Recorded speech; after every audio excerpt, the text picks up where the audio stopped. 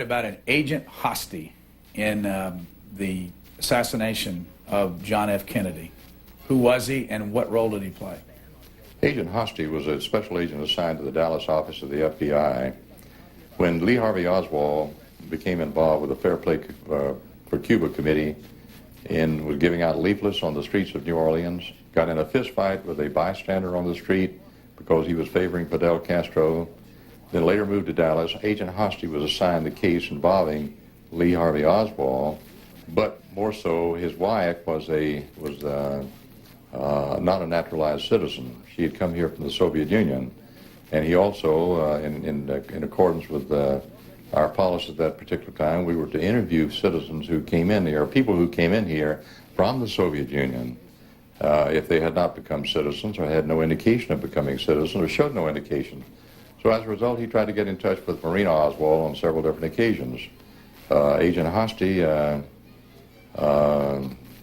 was not present the day that Lee Harvey Oswald brought a note to the Dallas office of the FBI. The note, in our opinion, was not threatening, but the note was given to Agent Hosty later on. He showed it to the special agent in charge, whose name was Gordon Shanklin. Shanklin indicated that the note should be destroyed. Hosty states that he followed the SAC's, the special agent in charge's instructions, but he too agreed that the note was not threatening, and he did destroy it. In retrospect, he now states that he didn't think that that was a good idea, that he should have saved it. But he did say it was under his agent in charge's instructions. That had nothing to do with the indication that President John F. Kennedy was assassinated by Lee Harvey Oswald. Lee Harvey Oswald, even though he had been sympathetic to the Fair Play for Cuba Committee, had been to Mexico, had been to the Soviet Union, was not considered a threat to the President of the United States, but was not considered a threat to anyone. He was a milquetoast to a great extent, a loner. He'd been in the Marine Corps. He was a marksman in the Marine Corps, yes. He'd been kicked out. Then he went to the Soviet Union, where he met Marina, married her, came back to the States. But he was, despite all that, he was not considered a threat to anyone. And under our policies at that particular time, we did not furnish the information concerning Lee Harvey Oswald to the Secret Service. We did many other individuals in the Dallas area at the time that President Kennedy was going there.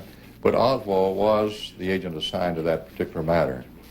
And Oswald, I think, while he should have brought the note to the attention of the FBI, but FBI headquarters, nevertheless did not do so at the instructions of his agent in charge.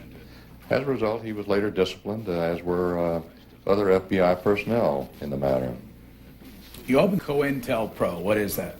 COINTELPRO is a counterintelligence program. It was used widely against the Ku Klux Klan. It was used widely against the Communist Party. It was successful, but we made mistakes in that program, and we particularly made mistakes by letting one of our assistant directors, who was under my supervision, and therefore I must bear some responsibility also.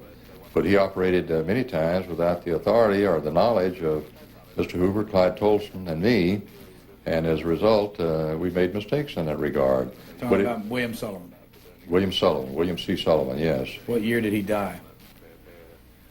I believe it was 1973 or 1974, I believe. He died in a hunting accident. He was shot by the son of his chief of police, who thought that he heard a deer walking along a roadway in the forest. Are there still people to this day that suspect that that wasn't the case? I mean, that was a controversy at the time. Who shot William Sullivan? The facts are so clear that I've heard nothing indicating it was a conspiracy, but sometimes the American public is very gullible.